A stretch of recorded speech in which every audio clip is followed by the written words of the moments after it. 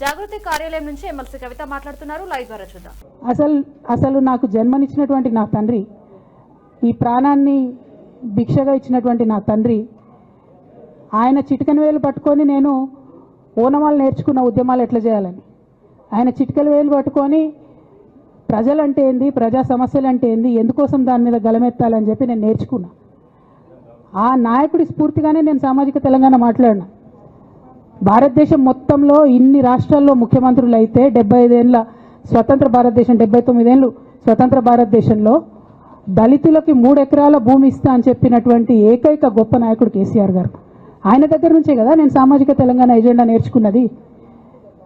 బీసీలకు ఎవరు వృత్తి పనిదారులు ఉంటే వాళ్ళకి చేయూతనిస్తా అని చెప్పినటువంటి ఏకైక ముఖ్యమంత్రి కేసీఆర్ గారు. చెప్పినట్టుగా డబ్బులు ఇచ్చిండు కూడా. ప్రతి కులాన్ని కాపాడుకునే ప్రయత్నం చేసిండు. అది కాదా సామాజిక తెలంగాణ? నేను మే 1 నాడు లేబర్ డే రోజు మాట్లాడితే దాన్ని చిల్వలు పలువలు చేసి సామాజిక తెలంగాణ పేరుతోని కవిత పార్టీ పెడుతుందని చెప్పి నేను నిన్న చెప్పిన 2 పేర్లు పని కట్టుకొని నా మీద దుష్ప్రచారం చేసిండ్రు. నేనేమైనా తప్పు మాట్లాడినా? బీఆర్ఎస్ పార్టీ వ్యతిరేకమా సామాజిక తెలంగాణ నినాదానికి? బీఆర్ఎస్ పార్టీకి సామాజిక తెలంగాణ అవసరం లేదా? భౌగోళిక తెలంగాణ వస్తే సరిపోతుందా? బంగారు తెలంగాణ కావాలని కేసీఆర్ గారు ఇచ్చిన నినాదమే కదా. బంగారు తెలంగాణ అంటే ఏంది? హరీష్ రావు ఇంట్లో బంగారం ఉంటే, సంతోష్ రావు ఇంట్లో బంగారం ఉంటే బంగారు తెలంగాణ అవుతుందా? కాదు కదా. ప్రతి ఒక్క సమాజం బాగుంటేనే బంగారు తెలంగాణ అవుతుంది. నేను అదే కదా మాట్లాడినా. దానికి ఇష్టం వచ్చినట్టు నా మీద స్టోరీ లేపిస్తే నేను భవన్లో పోయి కూర్చొని బాజాప్తా, ఎక్కడో కాదు, బయట ప్రెస్ మీట్ పెట్టలేదు, ఏ ప్రెస్ క్లబ్లో పెట్టలేదు, డైరెక్ట్గా తెలంగాణ భవన్, నా ఆఫీస్ అండి, నా పార్టీ భవన్లో పోయి కూర్చొని నేనేం చెప్పినా, నా మీద కుట్రలు జరుగుతున్నది, నా మీద విషప్రచారం జరుగుతున్నది అని చెప్పిన. నేను రామన్నను బుజ్జగించి గడ్డం పట్టుకొని అడుగుతా ఉన్నా, అన్న నీ చెల్లెని, ఒక మహిళా ఎమ్మెల్సీని మన పార్టీ ఆఫీస్లో కూర్చొని నా మీద కుట్రలు జరుగుతున్నాయని నేనంటే మీరు వర్కింగ్ ప్రెసిడెంట్గా ఉన్నారన్నా, ఫోన్ చేయరా అన్న నాకు? ఏమైంది బేటా, ఎందుకు బాధపడుతున్నావు అని ఫోన్ చేయరా? ఇది ఎప్పుడు జరిగిన ఇన్సిడెంటు? లేక లీక్ కాకముందు, నేను నా కొడుకు గ్రాడ్యుయేషన్కి అమెరికా పోకముందు, అంతకుముందే. మరి మీరు వర్కింగ్ ప్రెసిడెంట్ కదన్నా, నేను పార్టీ ఎమ్మెల్సీని కదా. చెల్లెలు అన్న బంధుత్వాలు పక్కన పెడదాం ఒక్క నిమిషం. ప్రొఫెషనల్ సెటప్లో ఒక పొలిటికల్ పార్టీలో ఒక మహిళా ఎమ్మెల్సీ భవన్లో కూర్చొని నా మీద కుట్రలు జరుగుతున్నాయంటే మీరు మాట్లాడినరా అన్న? 103 రోజులు అయిపోయిందన్న ఇయ్యాలటికి, ఒక్క మాట మాట్లాడినరా? కేసీఆర్ గారు దగ్గర నుంచి కమ్యూనికేషన్ రావాలని నేను ఎక్స్పెక్ట్ చేయలే. వారు పెద్దవారు, వారికి అనేకమైన పనులు ఉంటాయి. మొత్తం పార్టీని ఇప్పుడు పునర్నిర్మించుకోవాల్సిన అవసరం ఉంది. తెలంగాణకు జరుగుతున్నటువంటి అన్యాయాన్ని వారు ఎప్పటికప్పుడు దిశానిర్దేశం చేయాల్సిన అవసరం ఉంది. కానీ వర్కింగ్ ప్రెసిడెంట్ గారి దగ్గర నుంచి ఫోన్ రాకపోవడం మాత్రం ఒక మాట అనిపించింది నాకు. నేను కేసీఆర్ గారి బిడ్డను, నేను కూర్చొని ప్రెస్ మీట్ పెడితేనే రెస్పాన్స్ రాలేదంటే మరి ఇంకో మామూలు మహిళా కార్యకర్తకు బీఆర్ఎస్ పార్టీలో మన అన్యాయం జరిగితే రెస్పాన్స్ వస్తుందా? నాకైతే అనిపించలేదు. వస్తుందేమో నాకు తెలియదు. కానీ నేను ఒక మాటకు నాకు సంతోషం అనిపించింది. నాకు నోటీస్ రాగానే అక్కడ మహిళా ఎమ్మెల్సీలు కూర్చొని, మహిళలందరినీ కూర్చొని, ఫస్ట్ టైం అనుకుంటా భవన్లో 5 మహిళలు కూర్చొని ఇండిపెండెంట్గా ప్రెస్ మీట్ మాట్లాడింది. చాలా సంతోషం. ఇటువంటి అంతర్గత ప్రజాస్వామ్యం రావాలనే నేను కోరుకున్నా. మహిళలకు, ఎస్సీలకు, ఎస్టీలకు, బహుజనులకు కోటరీల అడ్డంకులు లేకుండా యాక్సెస్ రావాలి. అది మైక్కి యాక్సెస్ రావాలి, బాస్కి యాక్సెస్ రావాలనే నేను అనుకున్నా. అది జరిగింది, చాలా సంతోషం. నన్ను సస్పెండ్ చేసినాక అయినా పర్లేదు, కానీ జరిగింది. నిన్న మహిళలందరూ కూర్చొని మాట్లాడారు. నేనేమంటున్నా అంటే కేసీఆర్ గారు, కేటీఆర్ గారు, నేను, మా కుటుంబం, మాది రక్త సంబంధం. పదవులు పోతేనో, పార్టీలకు వెళ్ళి సస్పెండ్ చేస్తేనో పోయేటటువంటి బంధం కాదు. కానీ ఎవరైతే వెస్టెడ్ ఇంట్రెస్ట్ ఉన్న పార్టీలు ఉంటారో, పార్టీలో ఉండి కేవలం డబ్బు సంపాదించుకోవాలనేటటువంటి ఒక ఆలోచనతో, వ్యక్తిగత లబ్ధి పొందాలనేటటువంటి ఆలోచనతో ఉన్నటువంటి వ్యక్తులు, వాళ్ళకి కావాల్సింది ఏంది? మేము ముగ్గురం కలిసి ఉండొద్దు, మా కుటుంబం బాగుండొద్దు, మా కుటుంబం విచ్ఛిన్నమైతేనే వాళ్ళకి అధికారం వస్తుంది. దాంట్లో భాగంగా ఇవాళ మొదటి స్టెప్పు నన్ను బయటేసిరు పార్టీలకు వెళ్ళి. అది ఇక్కడితో ఆగదు. నేను గౌరవనీయులు పెద్దలు దైవ సమానులు కేసీఆర్ గారిని విజ్ఞప్తి చేస్తా ఉన్నా, మీకు ఒక సూచన చేస్తా ఉన్నా. దయచేసి మీ చుట్టూ ఏం జరుగుతున్నదో ఒకసారి చూసుకోండి నాన్న. నన్ను ఇవాళ బయటకు పంపొచ్చు, నేను మీలాగా స్ట్రేట్ ఫార్వర్డ్ ఉంటా, నిజాలు మాట్లాడతా. నేను ఉద్యమం నేపథ్యం నుండి వచ్చిన కాబట్టి నాగ్గా ఉన్నది లేనట్టుగా లేనిది ఉన్నట్టుగా మోసం చేయాలని చెప్పో ఇంకోటి చేయాలని చెప్పో మాట్లాడను. స్ట్రైట్ ఫార్వర్డ్గా ఇష్యూస్ మాట్లాడతా కాబట్టి నన్ను ఇలా బలి చేసిండ్రు, పర్వాలే. కానీ రేపటి నాడు ఇదే ప్రమాదం రామన్నకు కూడా పొంచుంది, రేపటి నాడు ఇదే ప్రమాదం మీకు కూడా పొంచుంది. అల్టిమేట్గా బీఆర్ఎస్ పార్టీని హస్తగతం చేసుకోవడానికి జరుగుతున్నటువంటి కుట్రలో భాగంగానే ఇవాళ నన్ను ఎలిమినేట్ చేయడం జరిగింది. నేను ఇవాళ ఓపెన్గా అడుగుతా ఉన్నాను, హరీష్ రావు గారికి నేను సూటి ప్రశ్న వేస్తున్నా, ఈ రాష్ట్ర ముఖ్యమంత్రి రేవంత్ రెడ్డి గారు కూడా నేను సూటి ప్రశ్న వేస్తున్నా. నా మీద కుట్రలు ఎప్పటి నుండి ప్రారంభమైనాయి? ఎప్పుడైతే హరీష్ రావు గారు రేవంత్ రెడ్డి గారు ఒకే ఫ్లైట్లో హైదరాబాద్ నుండి ఢిల్లీకో, ఢిల్లీ నుండి హైదరాబాద్లో ఒకే ఫ్లైట్లో వాళ్ళిద్దరు ప్రయాణం చేసి వచ్చినప్పుడు హరీష్ రావు గారు రేవంత్ రెడ్డి గారు కాలు పట్టుకొని సరెండర్ అయినాక ఈ కుట్రలు స్టార్ట్ అయినాయి, నా మీద ఈ స్టోరీలు స్టార్ట్ అయినాయి, మా కుటుంబాన్ని విడగొట్టాలనేటటువంటి కుట్ర స్టార్ట్ అయింది. నేను ఛాలెంజ్ చేస్తా ఉన్నా, రేవంత్ రెడ్డి గారు మీరు చెప్పండి, ఆ ప్రయాణం జరిగిందా జరగలేదా? హరీష్ రావు గారు మీరు చెప్పండి, ఒకే ఫ్లైట్లో మీరు రేవంత్ రెడ్డి గారితో కలిసి వచ్చిండ్రా రాలేదా? ఆ తర్వాత నుండే నా మీద ఈ కుట్రలు జరుగుతున్నాయా లేదా? సరెండర్ అయింది మీరు. ప్రతి ఒక్క విషయంలో దాదాపు ఒక 7-8 ఇష్యూస్ ఉన్నాయి, ఇన్సిడెంట్స్ ఉన్నాయండి. అఫీషియల్ పిఆర్ఓ ట్వీట్ చేస్తాడు, Congress party official PRO tweet చేస్తాడు, ముఖ్యమంత్రి గారు పిఆర్ఓ, ఈ పాల వ్యాపారంలో అవినీతి జరిగిందని. తెల్లారి 2-3 పేపర్లలో వస్తుంది, 3వ రోజుకి మాయమైపోతుంది. అదే కేటీఆర్ గారినేమో 3 సార్లు విచారణ పేరుతో పిలిచి వేధిస్తారు. అంటే కేసీఆర్ కుటుంబం నికార్స్గా బరిగీసుకొని కాంగ్రెస్ పార్టీతో రేవంత్ రెడ్డితో కొట్లాడుతున్నాం కాబట్టి మా మీదనేమో కుట్రలు జరుగుతాయి, మా మీదనేమో కేసులు పెడతారు.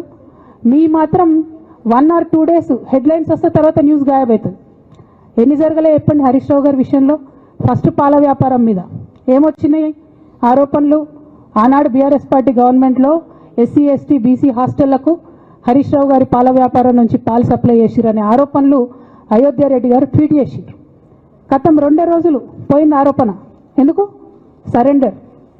నెక్స్ట్ ఒక అభియోగం చేసిరు ముఖ్యమంత్రి గారు, రంగనాయక్ సాగర్ దగ్గర ఈయన ఫామ్ హౌస్ ఉంది, అది ప్రభుత్వ భూమి, కబ్జా చేసిండని. 1 day headline, 3rd day news గాయబ్, నో కేసు నథింగ్. కేటీఆర్ పరిస్థితి ఏంటి? ఎన్ని కేసులు పెట్టిరు కేటీఆర్ అన్న మీద? ఎన్నిసార్లు పిలిచిండు విచారణకు? ఇవన్నీ పక్కన పెడదాం, నిన్నటి లేటెస్ట్ ఇష్యూ మాట్లాడదాం. కాళేశ్వరం కానీ ఇంకోటి కానీ ఏ ప్రభుత్వంలో అయినా పొలిటికల్ పాలసీ చేసేవాళ్ళు, విధానపరమైన నిర్ణయాలు తీసుకునే వాళ్ళు ముఖ్యమంత్రులు ఉంటారు. కింద ఉన్నటువంటి మంత్రులు దాన్ని ఎగ్జిక్యూట్ చేయాలి. కేసీఆర్ గారు ఒక పాలసీ డెసిషన్ తీసుకున్నారు, నేను కాళేశ్వరం ప్రాజెక్టు కడతా, దానికి ఇన్ని డబ్బులు ఇస్తా అని. ఆనాడు మంత్రి ఎవరు? ఎగ్జిక్యూషన్ చేయాల్సింది ఎవరు? 2014 నుంచి 2018 వరకు తుమ్మిడిహెట్టి దగ్గర నుంచి మేడిగడ్డకు స్థలం మార్చినప్పుడు మంత్రి ఎవరు? ప్రాజెక్టులు డిసైడ్ చేసినప్పుడు మంత్రి ఎవరు? అన్ని మీటింగ్లు టెక్నికల్ ఇష్యూస్ చూసుకోవాల్సింది ఎవరు? ఇవన్నీ రేవంత్ రెడ్డి గారు మాట్లాడారు. నేను మొత్తం అసెంబ్లీ స్పీచ్ చూడరు మీరు, వీళ్ళ మ్యాచ్ ఫిక్సింగ్ అనేది మీకు తెలిసిపోతుంది. ఏం మాట్లాడరు ఆయన. ఎంతసేపు కేసీఆర్ కాళేశ్వరం కట్టిండు, కేసీఆర్ కుటుంబం 1,00,000 కోట్లు తిన్నది. అరే 2007 నుంచి ఇప్పటివరకు కాళేశ్వరం 1,00,000 కోట్లు కూడా ఖర్చు కాలే. 1,00,000 కోట్లు ఖర్చు కాని ప్రాజెక్టులో 40 లక్షల ఎకరాలకు నీళ్ళీయంగా కూడా 1,00,000 కోట్ల అవినీతి అయింది అంటారు రేవంత్ రెడ్డి గారు. దాన్ని మళ్ళీ ఓన్లీ కేసీఆర్ గారి గురించి చెప్తారు, హరీష్ రావు గారి గురించి మాట్లాడరు. ఎందుకంటే ఇంటర్నల్ అండర్స్టాండింగ్ ఉంది వీళ్ళిద్దరికి. నేను రామన్నను ఒకటే రిక్వెస్ట్ చేస్తున్నా, అన్న ఇవాళ మీతో బాగున్నట్టు వాళ్ళు నటించవచ్చు, హరీష్ అన్న కావచ్చు, సంతన్న కావచ్చు, కానీ వాళ్ళు మన మంచి కోరుకునే వాళ్ళు కాదు, వాళ్ళు తెలంగాణ ప్రజల మంచి కోరుకునే వాళ్ళు కాదు, వాళ్ళు కేసీఆర్ గారి మంచి కోరుకునే వాళ్ళు కాదు. వాళ్ళను మీరు దూరం పెట్టి రాజకీయంగా తెలంగాణ రాష్ట్ర సమితిలో ఇప్పుడు బీఆర్ఎస్లో పనిచేస్తున్నటువంటి హార్డ్ కోర్ కార్యకర్తలను దగ్గరికి తీసుకొని ప్రజా ఉద్యమాలు తీసుకొని ప్రజల దగ్గరికి పోతేనే మన పార్టీ బతుకుంటుంది, నాన్న పేరు బాగుంటుంది. ఇవాళ నాన్నకు సిబిఐ అనేటటువంటిది వచ్చిందంటే అది కేవలం హరీష్ రావు గారు, సంతోష్ రావు గారి అవినీతి వల్లనే వచ్చిందని మళ్ళొకసారి నేను గంటాపదంగా చెప్తున్నాను. ఇంకా గమ్మత్ ఏంటంటే ఇదే హరీష్ రావు గారు వాళ్ళ ఫాలోవర్స్ అంతా నిన్నటి నుంచి చెప్తున్నారు, హరీష్ అన్న చాలా కష్టపడ్డాడు, డే 1 నుంచి ఉన్నాడు అని. డే 1 నుంచి లేడండి, చాలామంది రిపోర్టర్లకు తెలుసు, సీనియర్ రిపోర్టర్లకు. డే 1 నుంచి లేడు. పెద్దసారు టీడీపీ నుంచి బయటకు వస్తుంటే మామయ్య మనకెందుకు, డిప్యూటీ సీఎం మనం ఎందుకు రాజీనామా చేయాలి, ఈ ఉద్యమం ఏమవుతుందో, ఈ పార్టీ ఏమవుతుందో మనకు రిస్క్ ఎందుకని ఆనాడు ఈనాడు పేపర్లు వచ్చింది. 1,50,00,000 రూపాయలు తీసుకొని వ్యాపారం చేసుకుందామని హరీష్ రావు గారు ఎక్కడికో పోయిందని కూడా వచ్చింది. కటింగ్ కోసం వెతికిన దొరికినప్పుడు ఎప్పుడో ట్వీట్ చేస్తుందని నేను. బీఆర్ఎస్ పార్టీ ఆనాడు టీఆర్ఎస్ పార్టీ పెట్టినాక 9-10 నెలల తర్వాత వచ్చిన హరీష్ రావు గారు డే 1 నుంచి లేరు. నమ్మకం లేకుండా ఆయన పార్టీ నిలబడుతుందో ఉంటుందో పోతుందో అని. ఓకే అయిపోయింది. రాగానే సార్ పెద్ద హృదయం కాబట్టి క్షమించిరు, దగ్గర తీసుకున్నారు, ఎమ్మెల్యే కాకముందే మంత్రి ఇచ్చిర్రు, అన్ని రకాలుగా ఆదరించిరు, అన్నీ చేసిండ్రు. ఎప్పుడైతే పార్టీకి ఒక్క క్షణం చెడ్డ పేరు వచ్చిందో ఎక్కడ పోయిండండి ఈయన? చక్కా పోయి వైఎస్ రాజశేఖర రెడ్డిని కలవలే? మీ అందరికి గుర్తులేదు ఆ ఫోటో? సీనియర్ నాయకులందరికీ బాగా మాట్లాడతారు, అన్ని దగ్గర ఉన్నా, నేనే ఉన్నా, నేను ఎక్కడ లేను. నిన్న పాపం చాలా మంది ఈ కొత్త సోషల్ మీడియా పిల్లలు ఉన్నట్టు వాళ్ళకి హిస్టరీ తెలియదు అనుకుంటా, అందుకే చెప్తున్నా ఇవాళ. అదేవిధంగా నేను పెద్ద ట్రబుల్ షూటర్ అంటారు. ట్రబుల్ షూటర్ కాదు, ఈజ్ అ బబుల్ షూటర్. ఆయన ఏంటంటే ట్రబుల్ ఆయనే క్రియేట్ చేస్తాడు, చేసి నేనే సాల్వ్ చేసినట్టు నటిస్తాడు. నేను లేటెస్ట్ ఎగ్జాంపుల్ చెప్తా పట్టురు. నేను మొన్న దాసోజు శ్రవణ్ అన్న ఎలక్షన్ ఎమ్మెల్సీ ఎన్నికలలో బీఆర్ఎస్ పార్టీ డిసైడెడ్ ఒకటే క్యాండిడేట్ని పెడదామని. కానీ హరీష్ రావు గారు ఇంటర్నల్గా బీజేపీ వాళ్ళతో మాట్లాడుకొని ఏం చెప్తారంటే, మీ దగ్గర నుంచి ఒక క్యాండిడేట్ని ఇవ్వండి, నేను మామయ్యని కన్విన్స్ చేసి రెండో క్యాండిడేట్కి పెట్టిస్తా అంటే he wants to create a trouble. ఈ క్రైసిస్లో ఆల్రెడీ మన పార్టీలోకి వెళ్ళి 10 మంది ఎమ్మెల్యేలు వెళ్ళిపోయినాక, 38 మందిలో 10 మంది పోయినాక నువ్వు ఇంకో సెకండ్ క్యాండిడేట్ని పెడితే ఎంత కన్ఫ్యూజన్ అవుతుంది? ఎవరెవరు ఎటెట్ ఓట్లు వేస్తారు? అంటే హార్స్ ట్రేడింగ్కి ఈయన ట్రబుల్ షూటర్ గారు ట్రబుల్ని ఓపెన్ చేస్తారు అన్నట్టు. నాకెందుకో లక్కీగా ఒక బీజేపీ ఎమ్మెల్యే గారు ఫోన్ చేసి, అక్క మరి పెద్ద సార్ పర్మిషన్ ఉందా హరీష్ అని ఇట్లా అంటున్నారంటే, నేను డైరెక్ట్గా పెద్ద సార్కే ఫోన్ చేసి నాన్న మరి ఇట్లా అంటున్నారు, మనం సెకండ్ క్యాండిడేట్కి పర్మిషన్ ఇస్తారంటే, nothing doing, only Shravan will get elected, ఎవరు చెప్పారు మీకు అన్నారు. అంటే నేను ఆ విషయం వెంటనే అటువైపు కన్వే చేసిన, లేదండి మాకు అట్లాంటి ఆలోచన లేదు. ఎందుకు ఈ రీసెంట్ ఎగ్జాంపుల్ చెప్తున్నా ఇవాళ అంటే, హరీష్ రావు గారు ట్రబుల్ క్రియేట్ చేసి ట్రబుల్ని మాఫీ చేసినట్టుగా ప్రయత్నం చేస్తారు. బీఆర్ఎస్ కార్యకర్తలందరికీ నేను నా తమ్ముళ్ళకి రిక్వెస్ట్ చేసి చెప్తున్నా, మా చెల్లెలకు రిక్వెస్ట్ చేసి చెప్తున్నా, మీకు పెద్ద స్థాయిలో జరిగే అన్ని విషయాలు తెలియకుండా అందరూ మన వెల్ విషయర్స్ అనుకుంటారు. అది మీ తప్పు కాదు, ఎందుకంటే కేసీఆర్ సార్ అంత ఓపెన్ మైండ్తో ఓపెన్ హార్ట్తో ఉంటారు కాబట్టి బీఆర్ఎస్లో ఉన్న అందరూ అట్లే ఉంటారు అనుకుంటారు. కానీ చాలా మందికి చాలా హిడెన్ ఎజెండాస్ ఉన్నాయి. ఒక పక్క కాంగ్రెస్తో కలిసి ఉన్నారు, ఇంకో పక్క బీజేపీతో మాట్లాడుతున్నారు, ఎవరితో అవసరమైతే అటు మాట్లాడుతున్నారు. అదేవిధంగా 2018 ఎన్నికలలో హరీష్ రావు గారు 20-25 మంది ఎమ్మెల్యేలకు ఎన్నికలలో అడిషనల్ ఫండింగ్ ఇచ్చారు, పార్టీ ఇచ్చింది కాకుండా. ఏడికేలు వచ్చినాయి హరీష్ రావు గారికి అన్ని డబ్బులు? 100% కాళేశ్వరంలో జరిగిన అవినీతి నుంచి వచ్చిన డబ్బులే. ఆయన ఆలోచన ఏం చేసిందంటే, ఏమన్నా కొద్దిగా అటు ఇటు అవుతుందేమో రిజల్ట్, నా దగ్గర ఎమ్మెల్యేస్ ఉండాలని ఆలోచన చేశాను. నీకు అసలు అట్లాంటి ఆలోచన ఎందుకు వచ్చింది? నేను కట్టప్పలాంటోని కేసీఆర్ గారి దగ్గర ఉండేటోని అంటావు కదా, నీకేం అవసరం వచ్చింది ఎమ్మెల్యేస్కి సపరేట్గా ఫండింగ్ చేయడానికి? ఎవరికి తెలియదు అనుకుంటారా? ఇది ఎవరు చెప్పారు అనుకుంటారా? ప్రతి ఒక్కరు చెప్తారు ఎమ్మెల్యేస్ ఓపెన్, నా పేర్లు కూడా తెలుసు, చెప్తే బాగుండదు, ఎమ్మెల్యేలు ఇబ్బంది పడతారు.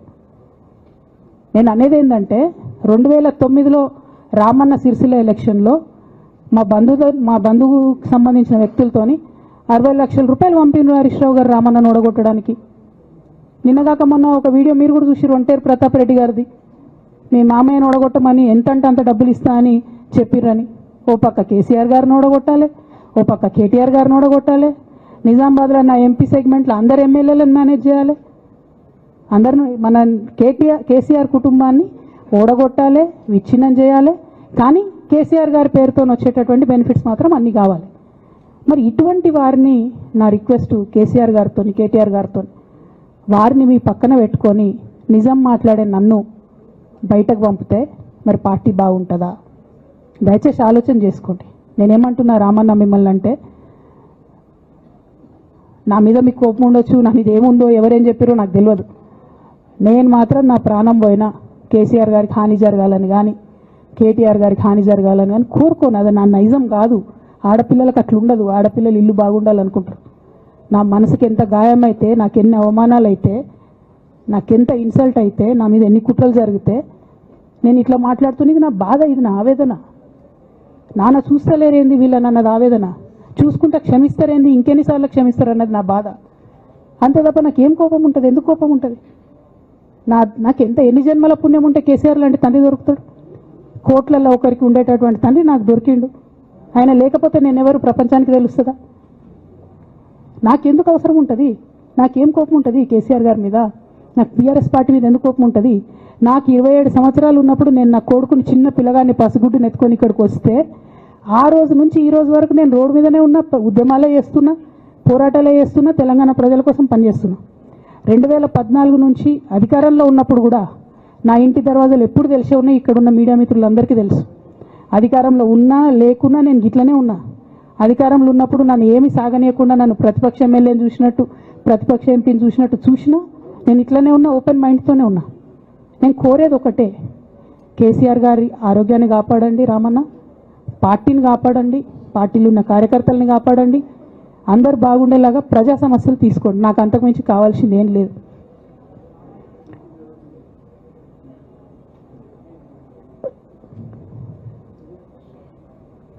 కానీ మొన్న అసెంబ్లీలో అర్ధరాత్రి దాకా పెట్టి రేవంత్ రెడ్డి గారు కేసీఆర్ గారిని తిడుతుంటే దయ్యాలు వేదాలు వాళ్ళు ఇస్తున్నట్టు అనిపించింది నాకైతే. దానికి ఈయన హీరోలాగా ఎదుర్కొన్నాడు, ఈయన 6 అడుగుల బుల్లెట్ అని పార్టీ అంతా ట్వీట్ చేస్తే, మరి 6 అడుగుల బుల్లెట్ ఎవరికి గాయం చేస్తుంది? ఎండ్ ఆఫ్ ద డే ఇవాళ అయితే నన్ను గాయపరిచింది, రేపు రామన్నను గాయపరుస్తారో కేసీఆర్ని గాయపరుస్తారో. జాగ్రత్తగా ఉండండి రామన్న, నేను చెప్పేది ఏం లేదు. జాగ్రత్తగా ఉండండి, కేర్ఫుల్గా ఉండండి. ఎట్ ద సేమ్ టైం ఈ హరీష్ రావు గారి కారణంగా గమ్మత్ ఏముంటుందంటే, ఒకసారి హంపీకి పోతారు వీళ్ళందరూ, మీ అందరికీ తెలుసు ఆ స్టోరీ. హంపీకి పోయి పాటలు పాడుకుంటారు, మొత్తము చాలా మంది కలిసి కేసీఆర్ గారిని చాలా అవమానకరంగా మాట్లాడతారు, ఒక పార్టీని వెన్నుపోటు పడదామని డిజైన్ చేస్తారు. ఇదంతా వీరికి తెలుసు, హరీష్ రావు గారికి తెలుసు. నేను ఆ రోజు సాక్ష్యం ఉన్న హరీష్ అన్న వచ్చి లిటరల్లీ రామన్న చేతులు పట్టుకొని, అరే మామయ్యకి ఎప్పుడు సింక్ ఆర్ సేల్, నేను మామయ్యతోనే ఉంటా అని చెప్పి అక్కడ మాట్లాడుకున్న వాళ్ళందరూ వెబసార్ దగ్గర అవుట్ చేసిండి. ఆ తర్వాత పర్యవసానంలో ఈటల రాజేంద్ర అన్న బయటికి వెళ్ళడం. ఈ మహానుభావుడు వల్ల జగ్గారెడ్డి దగ్గర నుంచి మొదలు పెడితే, చెరుకు శ్రీనివాసరెడ్డి ముత్యంరెడ్డి అన్న కొడుకు దగ్గర నుంచి మొదలు పెడితే, రఘునందన్ రావు గారు, మైనంపల్లి గారు, విజయశాంతి గారు, విజయరామారావు గారు, ఆయన పాత పెద్ద ఆయన ఉండే ఈటల రాజేందర్ గారు, వీళ్ళందరూ పార్టీలోకి వెళ్ళి పోయినారు కదా. పోలేదా? ఇవన్నీ హరిషణ చేసినాయి కాదా? ఆనాడు దుబ్బాక ఉప ఎన్నిక ఎందుకు ఓడిపోయినాం? దుబ్బాక ప్రజలకు ఇప్పటికి కూడా గుర్తుంటుంది. వాళ్ళందరూ ఒకటే మాట చెప్తారు, ఈయన సిద్దిపేటకు తప్ప రూపాయి రానియాడు దుబ్బాకకు, ఈయన వచ్చి ప్రచారం చేసిండు కాబట్టి మేము ఓటేయాలని ఓపెన్గా చెప్పారు ఆనాడు ఎన్నికలలో. దానికి ఏం రాపించుకుంటాడు ఈయన పేపర్లల్లో? ఒంటరి పోరాటం చేసి ఓడిన హరీష్ రావు. అసలు ఓడిపోయింది మీ వల్ల కదా. మీరు మీడియా మేనేజ్మెంట్లో సూపర్ అలా డౌట్ ఏం లేదు. రామన్న యూట్యూబ్లు మేనేజ్ చేసి ఈయన మెయిన్ స్ట్రీమ్ మీడియా మేనేజ్ చేస్తాడు, అంతే, అంతకుమించి వేరే ఏం లేదు. నేను రామన్నని రిక్వెస్ట్ చేస్తున్నా, మీరు కూడా ఆ స్కిల్ నేర్చుకోండి అన్న. అట్లనే ఈటల రాజేందర్ గారు ఉప ఎన్నిక దగ్గరుండి హరీష్ అన్న గెలిపిలేదా అండి ఈటల రాజేందర్ని? ఆనాడు పీసీసీ అధ్యక్షుడిగా ఉండి రేవంత్ రెడ్డి గారు ఏమంటారు, కాంగ్రెస్ పార్టీ ఓడిపోతుంది ఇడా అని చెప్పి ఆయన ముందే డిక్లేర్ చేసిండు, ముందే చేతులు ఎత్తేసిండు. హరీష్ అన్న ఆడ పోయి కూర్చొని మరి ఈటల రాజేందర్ అన్నని గెలిపించొచ్చిండు. ఈ బంధం రేవంత్ రెడ్డి గారిది హరీష్ రావు గారిది అప్పటి నుంచి కొనసాగుతుంది, కొత్త బంధం ఏం కాదు ఇది. నేను కేసీఆర్ గారిని పెద్దల్ని రిక్వెస్ట్ చేసేది ఒకటే, ఈయన చేస్తున్న నక్కజిత్తుల్ని దయచేసి గమనించండి. ఇవాళ నేను బయట పోతా కావచ్చు, నాదేముంది, ఉద్యమంలోకి వెళ్ళి వచ్చినా మళ్ళీ ఉద్యమంలోకే పోతా, నాకు భయం ఏముంటుంది, నాకు ఎన్నడూ పదవుల మీద ఆశ లేదు.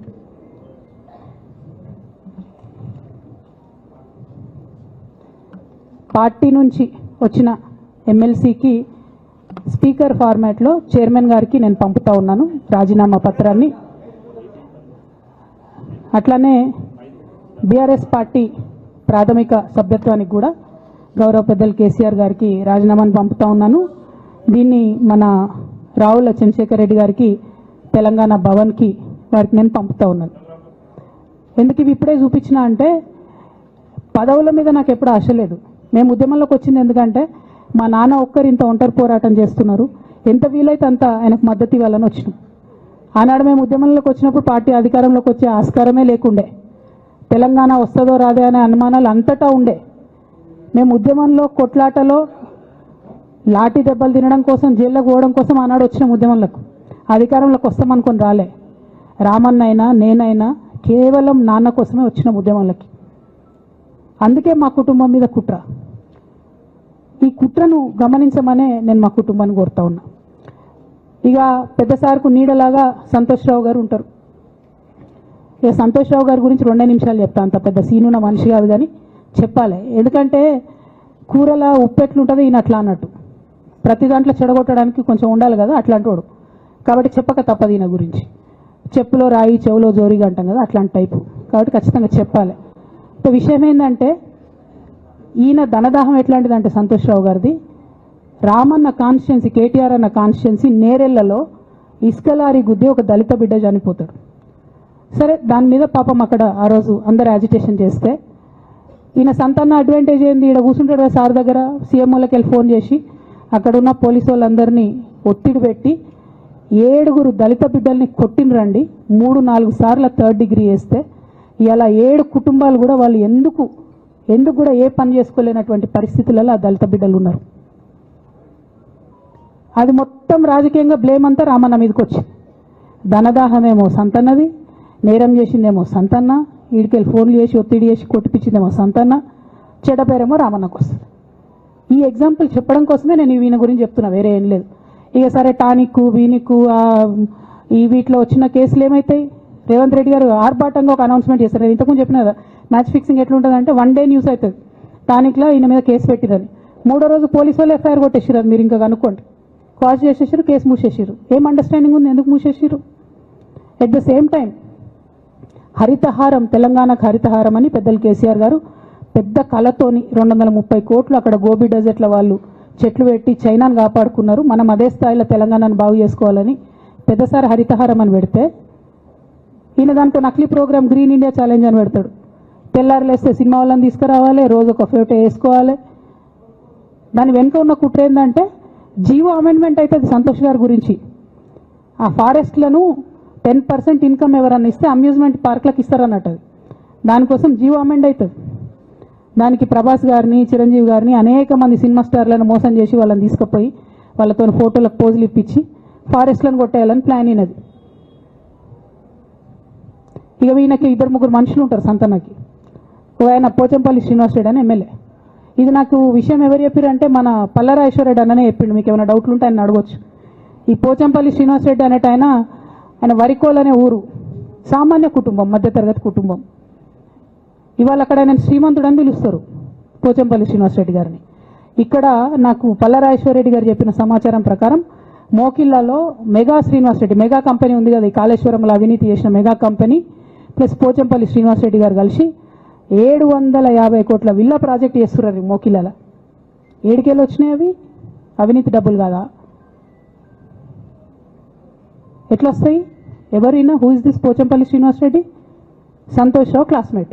అది తప్ప ఆయనకున్న అర్హత ఏం లేదు. ఆయనకి ఎమ్మెల్సీ వస్తుంది, కాంట్రాక్ట్లు వస్తాయి, ఇంకేందో వస్తాయి. అట్లనే నవీన్ రావు అని ఇంకొక ఎమ్మెల్సీ ఉంటాడు. ఆయన డైరెక్ట్గా మా ముఖం పట్టుకొని అందరి ముంగట అంటాడు, నాకు ఎమ్మెల్సీ ఇచ్చింది కేసీఆర్ గారైనా నాకు దేవుడు సంతోష్ అంటాడు ఆయన. నిన్న మొన్న వాళ్ళ ఫాదర్ని పట్టుకున్నారు పేకాటల. ఏమైంది కేసు? ఆల్రెడీ నవీన్ రావు గారు పోయి మన ముఖ్యమంత్రి గారు కాళ్ళు పట్టుకున్నట్టుగా తెలిసింది. వాళ్ళ తండ్రిని విడిచిపెట్టారు, ఈయన మీద భూ కబ్జా కేసులు ఉంటే అవి విడిచిపెట్టారు. అంటే ఓ పక్క సంతోష్ రావు గ్యాంగు, ఇంకో పక్క హరీష్ రావు గ్యాంగు 100కు 100% రేవంత్ రెడ్డి గారితో, ఇక్కడున్న కాంగ్రెస్ ప్రభుత్వంతో, అవసరమైన సందర్భంలో పైనున్న బీజేపీతోని వాళ్ళు కోఆర్డినేషన్లో ఉండి బీఆర్ఎస్ పార్టీకి జలగల్లాగా పట్టి పీడుస్తున్నారు. నిరంతరం బీఆర్ఎస్ పార్టీకి నష్టం చేస్తున్నారు. ఎంత దారుణానికి ఒడిగట్టిరంటే ఆఖరికి నా ఓటమితో ప్రారంభమైంది అది. నిజామాబాద్లో నా ఓటమిలో కుట్రలు చేశారు. ఆనాడే మనం రివ్యూ చేసుకుంటే బాగుండలేదు. కానీ ఇప్పుడు అది ఎక్కడికి వచ్చింది? కామారెడ్డిలో పెద్దసారి ఓడిపోయేదాకా వచ్చింది పరిస్థితి. 3వసారి ప్రభుత్వం పోయేదాకా వచ్చింది పరిస్థితి. ఒక్కొక్క ఎలక్ట్ అయిన ఎమ్మెల్యేని, ఓడిపోయిన ఎమ్మెల్యేలు పత్రికా మిత్రులు మీరు మాట్లాడండి. సంతోష్ రావు గారి బాధితులు నాకు మామూలుగా ఫోన్ చేస్తలేరు. అచ్చా, ఈ కంపెనీ పేరు బ్లూఫిన్ అట, మోకిలా. పల్లరాజేశ్వరరెడ్డి అని అప్పుడు పంపిన మెసేజ్ చూస్తున్న పాతది. Bluefin company Mokila. అయితే నేనేమంటున్నా అంటే ఇంత స్పష్టమైనటువంటి నేను ఇస్తున్నా. రేవంత్ రెడ్డి గారిని నేను ఛాలెంజ్ చేస్తున్నా. మరి ఎందుకు మీకు మీ ఏసీబీ వాళ్ళకు వీళ్ళ ఇండ్లు అడ్రస్లు దొరుకుతలేవా? ఏం అండర్స్టాండింగ్ ఎందుకు లేదు మీకు? లేకపోతే మీరు చర్యలు ఎందుకు తీసుకుంటలేరని నేను సూటిగా రేవంత్ రెడ్డి గారిని ప్రశ్నిస్తున్నా. ఇక తర్వాత వారు ఏం చేస్తారన్నది నాకు సంబంధం లేదు. ఇక నేను మాత్రం పర్టికులర్గా మళ్ళీ ఒకసారి నా బీఆర్ఎస్ పార్టీ కుటుంబ సభ్యులందరికీ, మా సొంత కుటుంబ సభ్యులకు కూడా రిక్వెస్ట్ చేస్తున్నది ఏంటంటే, నాకు 27 సంవత్సరాలు ఉన్నప్పుడు నేను రాజకీయాల్లోకి వచ్చిన, తెలంగాణ ఉద్యమం కోసం వచ్చిన. ఇవాళ నాకు 47 సంవత్సరాలు. అంటే నా 20 సంవత్సరాల జీవితం అంతా కూడా నేను బీఆర్ఎస్ పార్టీ కోసం, కేసీఆర్ గారి కోసం, తెలంగాణ జాగృతి కోసం, తెలంగాణ ప్రజల కోసం, తెలంగాణ ఆడబిడ్డల కోసం నేను గడిపిన. సడన్గా ఇవ్వాలా నీకేం సంబంధం బీఆర్ఎస్తో అని, నువ్వెవరు అని చెప్పి సస్పెన్షన్ ఒక్కసారికి పంపిస్తే చాలా బాధాకరంగా ఉంది. పర్వాలేదు, అయినా నాకు ప్రజలు ఉన్నారు, నేను వాళ్ళ దగ్గర పోతా, వాళ్ళతో పాటు ఉంటా. కానీ బీఆర్ఎస్ పార్టీలో ఉన్న నాయకులకు కార్యకర్తలకు రిక్వెస్ట్ చేస్తాను, సోషల్ మీడియాలో వచ్చే పిచ్చి పిచ్చి పట్టుకొని ప్రజాప్రతినిధులు ప్రెస్ మీట్ పెట్టింది నిన్న భవన్లో. నేను నిన్న మొన్నటి రోజు వాళ్ళ మీద ప్రెస్ మీట్ పెట్టినప్పుడు ఏమన్నా, కేసీఆర్ గారికి నష్టం చేసిన పార్టీ ఉంటే ఎంత పోతే ఎంత అన్న. సోషల్ మీడియాలో ఉన్న బీఆర్ఎస్ పార్టీ కొంతమంది దుర్మార్గులు ఉన్నారు, సోషల్ మీడియా వెంగు చూసేటోళ్ళు, వాళ్ళ ముంగట విషయం కట్ చేసారు. ఏది కేసీఆర్ గారికి నష్టం చేసిన విషయం కట్ చేసి బీఆర్ఎస్ పార్టీ ఉంటెంత పోతెంత నేను అన్నా అని చెప్పి ప్రచారం చేస్తున్నారు. నాదే పార్టీ బీఆర్ఎస్ పార్టీ, 20 ఏళ్ళు నేను కష్టపడ్డా. నేను తెలంగాణ జాగృతి పెట్టి ఇండిపెండెంట్గా పనిచేసినప్పుడు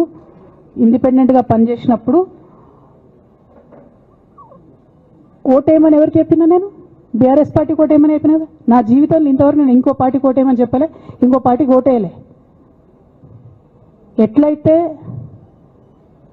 కంప్యూటర్లో హార్డ్వేర్ ఉంటుందో అది బీఆర్ఎస్ పార్టీ, సాఫ్ట్వేర్ తెలంగాణ జాగృతి. శరీరం బీఆర్ఎస్ పార్టీ అయితే ఆత్మ జాగృతిగా పనిచేసినాం, తెలంగాణ ఆత్మగా పనిచేసినాం. మేము తెలంగాణ ఆత్మగౌరవం కోసం పనిచేసినాం, తెలంగాణ ఆత్మగౌరవ ప్రతీకలైనటువంటి బతుకమ్మ బోనాలను నిలబెట్టడం కోసం పనిచేసినాం. ఆ కాంట్రిబ్యూషన్ ఏం లేదా? నేనేం చేయలేదు ఆ పార్టీకి. నిజామాబాద్లో చికెన్ గున్యా వచ్చి బాధపడుతుంటే గల్లీ గల్లీ గల్లీ తిరిగి 2018లో ఒక్కొక్క ఎమ్మెల్యేకు ఎంత తిరిగినా అన్నది అక్కడ నిజామాబాద్ ప్రజలకు తెలుసు. ఏం కాంట్రిబ్యూషన్ లేదన్నది, ఓన్లీ హరీష్ అన్నది సంతనదే ఉన్నది కాంట్రిబ్యూషన్. వీళ్ళు మేకవన్నే పులులు నాన్న, వీళ్ళు మీ ముంగట నటిస్తారు అంతే, బయట వాళ్ళ నిజస్వరూపం వేరేలాగా ఉంటుంది.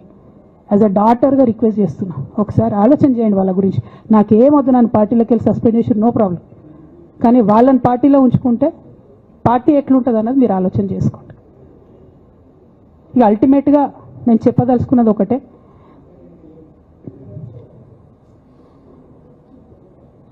కలికాలం కాబట్టి అబద్ధాలు చెప్పేటోళ్ళది మోసం చేసేటోళ్ళది నడుస్తుంది, టెంపరీగా వాళ్ళది నడుస్తున్నది.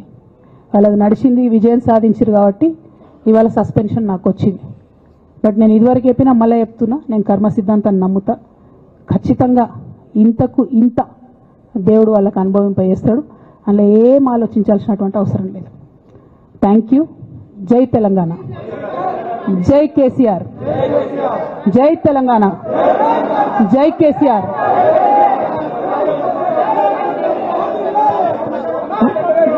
One by one.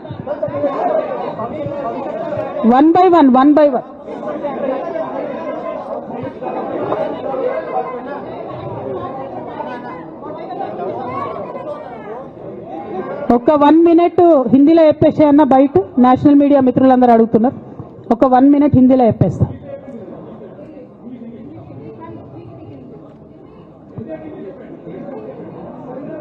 आज तेलंगाना की बेटी होने के नाते पूरे देश की जनता के साथ मैं ये बात कहना चाहती हूँ, पिछले 20 सालों के मेरे जिंदगी में मैंने हर दम हर वक्त बीआरएस पार्टी के उन्नति के लिए, तेलंगाना जनता के उन्नति के लिए, तेलंगाना के रैयतों के, तेलंगाना के महिलाओं के, तेलंगाना के युवाओं के उन्नति के लिए मैंने काम किया है.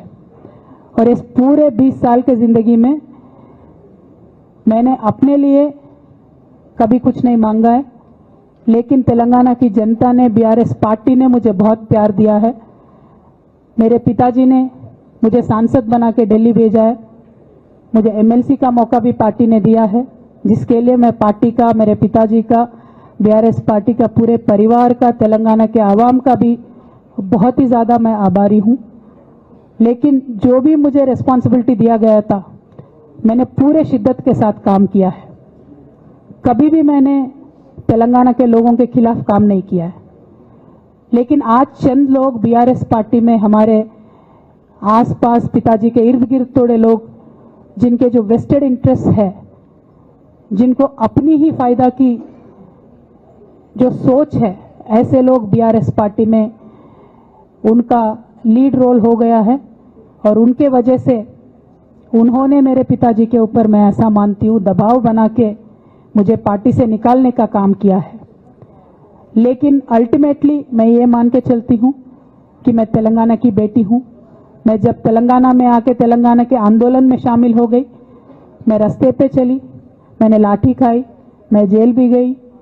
हर तरीके का जो भी कोशिश हो सकता है तेलंगाना के अलग रियासत हासिल करने के लिए, मैं वो तमाम कोशिशों में शामिल थी। मैं तो आंदोलन से आई हूँ, इन्होंने अभी मुझे पार्टी से, सियासत से निकालने का काम किया है, तो मैं फिर आंदोलन में चली जाऊंगी।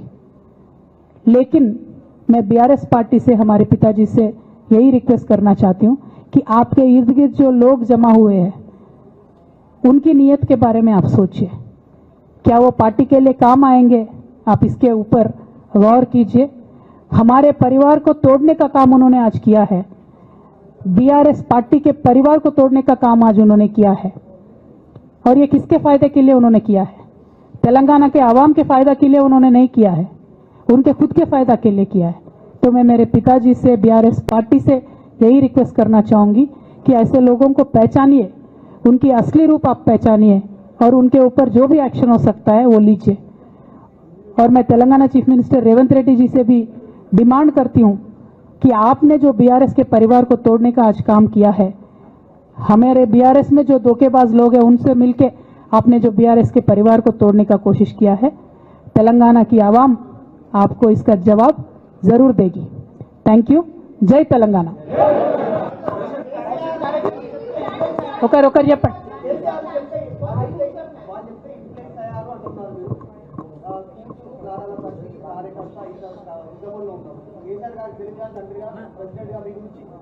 ఓకే, ఇంకా ఎవరైనా చెప్పండి.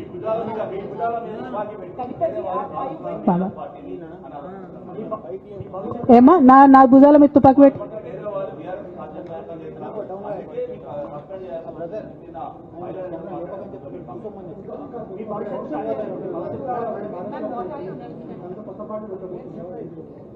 Okay. I got your question. Rahul ji.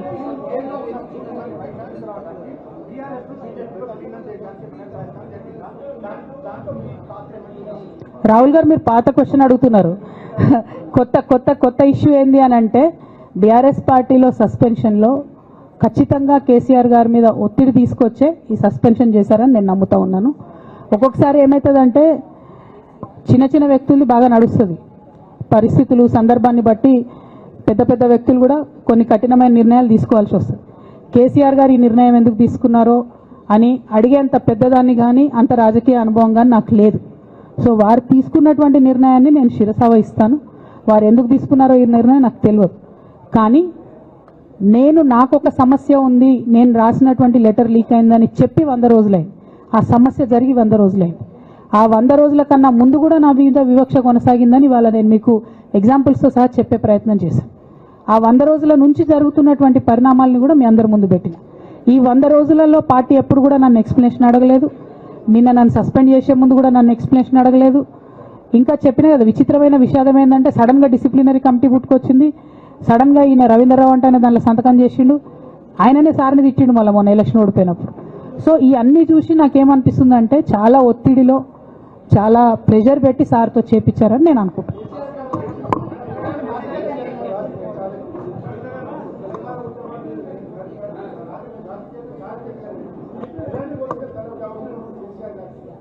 Right. I got your question, ma'am. I got your question.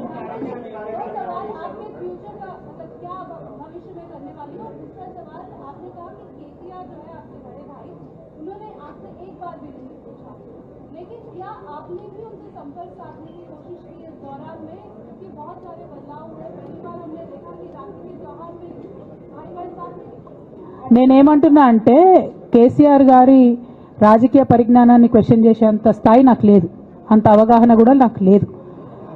కాకపోతే పెద్ద నాయకులు అనేక సందర్భాల్లో ఒత్తిడికి గురైనటువంటి విషయాలు చరిత్రలో మనం చూసినాం. ఇవాళ అదే జరిగిందని నేను భావిస్తున్నా. 1.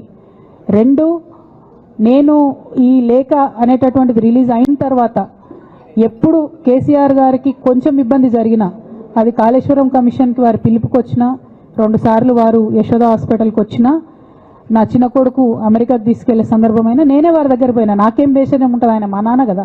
నేను పోయిన తర్వాత ఈ దుష్ట చతుష్టయం ఏదైతే ఉన్నదో, ఈ ఇద్దరు 2 గ్యాంగులు ఏవైతే ఉన్నాయో అక్కడ జరగనిది జరిగినట్టుగా మీడియాలలో విచిత్రమైన వార్తలు రాపించారు. ఎంత ఘోరం అంటే, నేను నా కొడుకుని తీసుకపోతే నన్ను గన్మెన్లు రాలేదట. జరుగుతుంది అని ఎక్కడన్నట్ల. ఇటువంటివన్నీ మెయిన్ స్ట్రీమ్ పత్రికలు రాస్తాయి. మరి విచిత్రం నాకు అర్థం కాదు. మెయిన్ స్ట్రీమ్ పత్రికలు అనేటటువంటి ఇట్లాంటి వార్తలు మరి ఆడ ఎవరు లేని కూడా లేరు. ఎవరు చెప్పిరు, ఎందుకు రాపిచ్చిరు? సో నేనేమంటున్నా అంటే, నేను ఎప్పుడు నాన్న దగ్గరికి వెళ్ళడానికి చూసినా కూడా మా మధ్య స్పర్ధ పెంచడానికి అనేకమైన వార్తలు రాపిచ్చి అనేకమైన కుట్రలు ఈ గత 103 రోజులుగా కొనసాగుతూనే ఉన్నాయి నా మీద. కానీ అంతకుముందు కూడా జరిగినాయనేదే నేను చెప్తున్నా. అందులో భాగంగానే రాఖీ రోజు కూడా ఒక 24 గంటల ముందే నేను అన్నకు కూడా మెసేజ్ పంపిన. అన్న రేపు రాఖీ ఉంది, నేను వచ్చి కడతాను, మీడియా లేకుండా వచ్చి కడతాననే మెసేజ్ పంపిన. బట్ అన్న బిజీగా ఉండే ఎక్కడికో వెళ్ళిండ్రు, నేను అర్థం చేసుకున్నాను. అందుకే వెళ్ళి రాఖీ కట్టలేకపోయినాను. సో నేను నా వైపు నుంచి ఎక్కడ కూడా కమ్యూనికేషన్ చేయడానికి ప్రయత్నంలో లోపం జరగలేదు. అటువైపు నుండి కమ్యూనికేషన్ రాలేదు. నేను చెప్పాలనుకున్నవి, నేను ఎత్తుకున్న ప్రజా సమస్యలు ఈ 103 రోజులలో మీ ముందున్నాయి. అవి చేస్తూనే ఉన్నా. ఇక భవిష్యత్తుకు సంబంధించినటువంటి విషయం నేనేం ఆలోచించలేదు. ఎందుకోసం అంటే, నిన్న నోటీస్ రావడం అనేటటువంటిది డెఫినెట్గా నేను కొంచెం బాగా బాధపడ్డా. నాకెందుకు నోటీస్ వస్తుంది, మరి నా లేఖ లీక్ అయింది, లీక్ చేసింది ఎవరు అంటే చేసినటువంటి వ్యక్తుల మీద ఎందుకు విచారణ జరగలేదు అనేటటువంటిది ఖచ్చితంగా పార్టీ అంతర్గతంగా ఆలోచన చేసుకోవాలి. అంటే నన్ను ఏం మాట్లాడకుండా నన్ను డైరెక్ట్గా ఉరిదీస్తారు. నేను ఎవరి మీద అయితే కంప్లైంట్ చేసినో కనీసం వాళ్ళను అడిగినరా, అడగలేదా, చర్యలు తీసుకున్నారా, తీసుకోలేదా, ఏమీ చెప్పకపోతే, ఆ మాత్రం అంతర్గత ప్రజాస్వామ్యం లేకపోతే బయట ప్రజలకు మనం ఏం చెప్తామన్నది నా ప్రశ్న.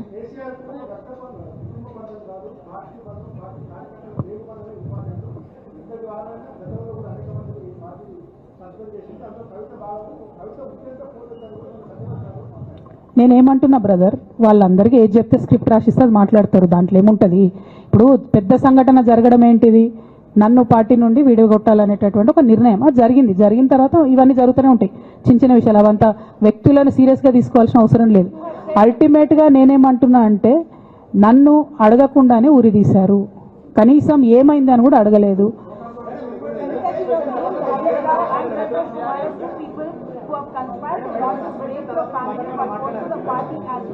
But this is also being portrayed as a succession matter, that your father actually chose your brother as a political heir and that you want a space in the political party as a leader, and that's the reason why you started making this kind of representation.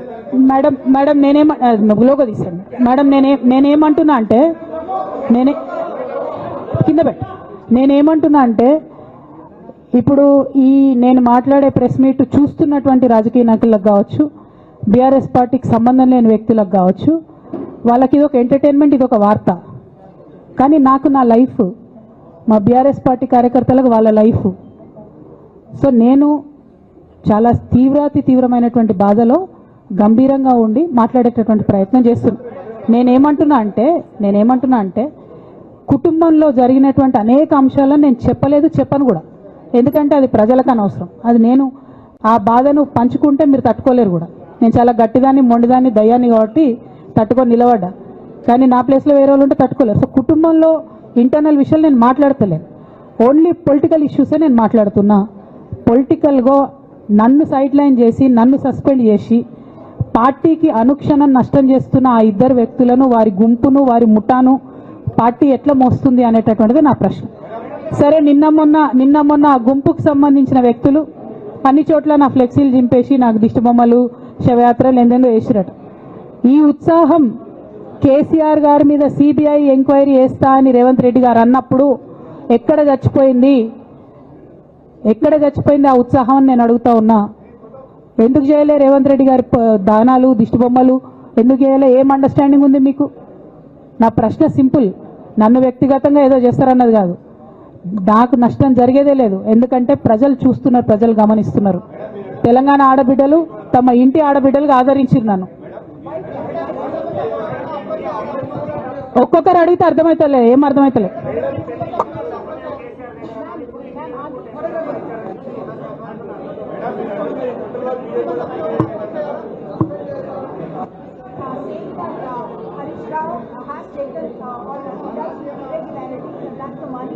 that went to the elections and you said that Harish Rao has not been given a second term. Do you seem to be considering that KCR also knew about this plan?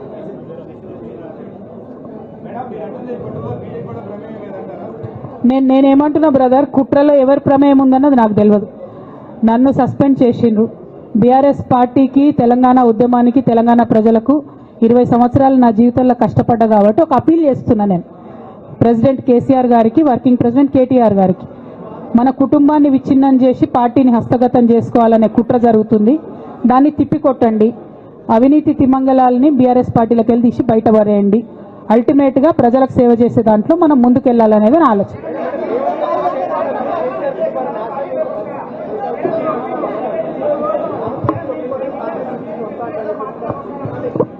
ఇక్కడ ఇంకో మాట చెప్పాలి brother, నేను నిన్నటి నుంచి పేపర్లలో నేను ఈ పార్టీలో ఏరుతున్నా, ఆ పార్టీలో ఏరుతున్నా అని వచ్చింది. నేను ఏ పార్టీలో కూడా చేరను. నాకు ఏ పార్టీతో అవసరం లేదు. నేను ఫ్యూచర్లో ఏం చేయాలనే విషయం జాగృతి కార్యకర్తలతోని, తెలంగాణ మేధావులతోని, బీసీ బిడ్డలతోని, సామాజిక తెలంగాణ కోసం పనిచేసేటటువంటి అన్ని వర్గాల ప్రజలతోని, అందరితోని మాట్లాడిన తర్వాత నిర్ణయం తీసుకుంటా. కానీ తొందరపడి నిర్ణయం తీసుకునే అవసరం నాకు లేదు. 1, 2 ఏదో నిర్ణయం తీసుకోవాలనేటటువంటి విషయంతో నేను పనిచేయడం లేదు. జరిగినటువంటి పరిణామాలను ఒక్కొక్కటిగా ఎదుర్కొంటూ వస్తున్నాను. నిన్న జరిగినటువంటి పరిణామం చాలా కీలకమైనది, నా జీవితంలో అత్యంత ముఖ్యమైనటువంటి పరిణామం. కాబట్టి చాలా ఆలోచించి, ఆచితూచి, అల్టిమేట్గా తెలంగాణ ప్రజలకు లాభం జరిగేటటువంటి నిర్ణయం తీసుకుంటా తప్పితే నా కోసం నిర్ణయం తీసుకోవాల్సిన అవసరం లేదు.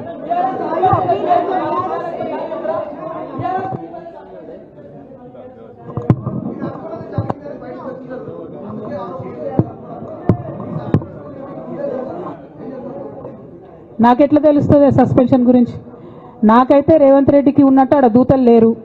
అక్కడ సార్ సగం ఇడ్లీ తింటే బయటకు చెప్పేటటువంటి సిస్టమ్ నా దగ్గర లేదు. సో అక్కడ ఏం జరిగిందో నాకు తెలియదు, ఎవరు నా గురించి ఏం చెప్పారో నాకు తెలియదు. Ma'am, it is but natural. అమ్మతోని మాట్లాడకుండా ఎవరైనా ఉంటారా? First of all. Second of all, ఈ మొత్తం పరిణామంలో కూడా మా మదర్కి దూరంగా ఉండాల్సి రావడమే బాధాకరం. ఇంతకు మించి బాధ ఇంకోటి లేదు. పొలిటికల్ పొజిషన్స్ వస్తాయి పోతాయి, ఇవి వేస్ట్. ఇవి అమ్మలేని లోటు ఎవరు కూడా తీర్చలేరు. ఆ ఒక్క బాధ తప్ప ఇంకేం లేదు. ఇది మాత్రం నా ఇంటిగ్రిటీ నిరూపించుకోవడం కోసం నేను రాజీనామాలు చేస్తున్నా. నాకు పార్టీ వల్లనే ఎమ్మెల్సీ వచ్చింది, దానికి రాజీనామా చేస్తున్నా. నేను పార్టీకి నష్టం చేసినాను అని చెప్పి పార్టీ నాయకులు మా నాన్నగారు భావిస్తున్నారు కాబట్టి పార్టీ కూడా రిజైన్ చేస్తున్నా. కాలం నిర్ణయిస్తుందండి. షర్మిలతో పోలుస్తున్నారా, కేసీఆర్తో పోలుస్తున్నారా, కాలం నిర్ణయిస్తుంది. తొందర ఏం లేదు. నన్నేదో అవమానం చేయాలి, నన్నేదో అనాలి అని ఎవరు పడితే వాళ్ళు మాట్లాడే అడ్డమైన మాటలకు సమాధానం చెప్పాల్సిన అవసరం కూడా లేదు.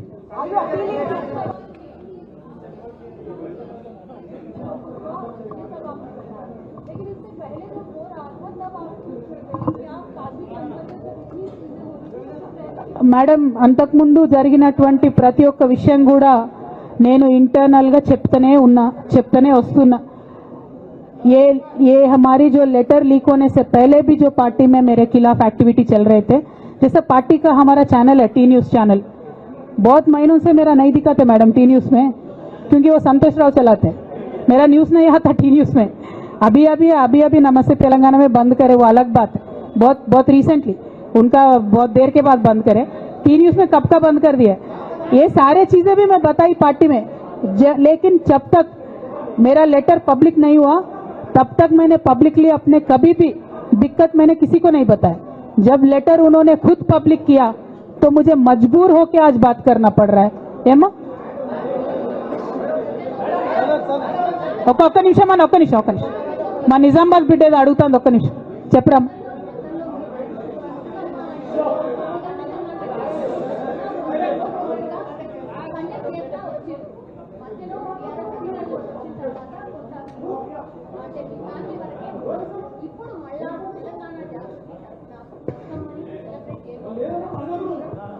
ఏ మనోడా భయ్, ఆగు మెల్లగా. వాళ్ళని ప్రెస్ వాళ్ళని ఇబ్బంది పెట్టకండి. జాగృతి కార్యకర్త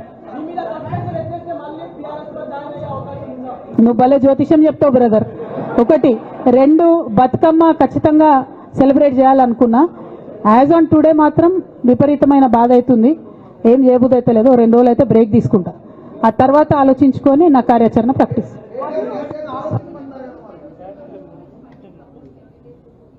Madam, not couple, more than 20. I have all the names. I don't want to name.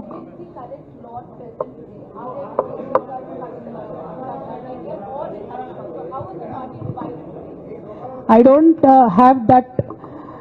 Madam, I have a lot of information, but I don't believe it is the right time to expose all that. There is a lot many more interactions that we will have in future. If necessary, I'll certainly let that information out. Today, my simple appeal to Honorable President of our party is, as you have taken action on me without even asking me for an explanation, kindly take action on the rest of the people as well. That is my simple allegation.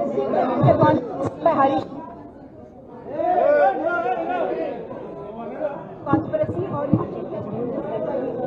Madam, our family, me, myself and my brother and my father, they do not want us to be united. And unfortunately, I believe they are filling my brother's ears and my father's ears. And I believe that they have succumbed to that malign campaign that has happened against me. And I hope they will soon realize that I am not the one who is hurting the party. Jai Telangana! Jai KCR! Thank you.